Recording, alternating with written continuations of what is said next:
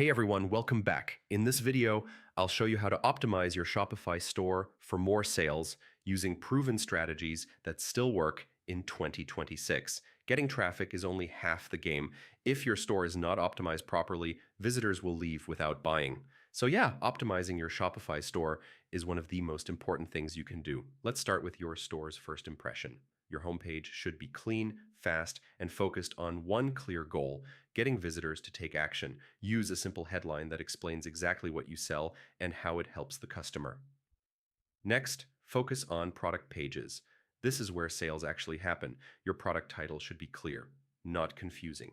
Your description should explain benefits, not just features. Instead of saying what the product is, explain why someone needs it. High quality images and videos are extremely important. Show the product from multiple angles. If possible, add short demo videos or lifestyle images. Yeah, people trust what they can see. Now let's talk about trust. Add customer reviews, ratings, and social proof on product pages. Even a few honest reviews can massively increase conversions.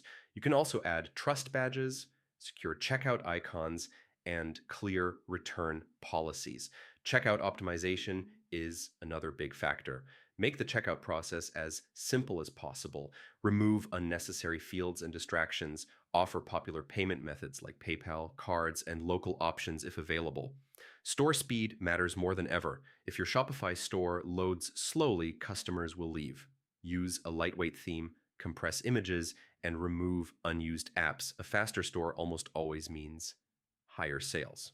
Mobile optimization is non-negotiable in 2026. Most shoppers come from mobile devices. Make sure buttons are easy to tap, text is readable, and pages scroll smoothly on phones. Upsells and cross-sells can significantly boost your average order value. Offer related products, bundles, or small add-ons at checkout. Don't be aggressive. Keep it helpful and relevant. Email and abandoned cart recovery also play a huge role.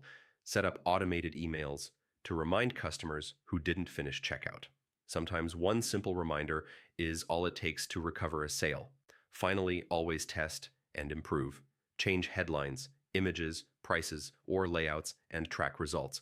Optimization is not a one-time thing. It's an ongoing process. If this guide helped you, subscribe for more Shopify tutorials, and I'll see you in the next one.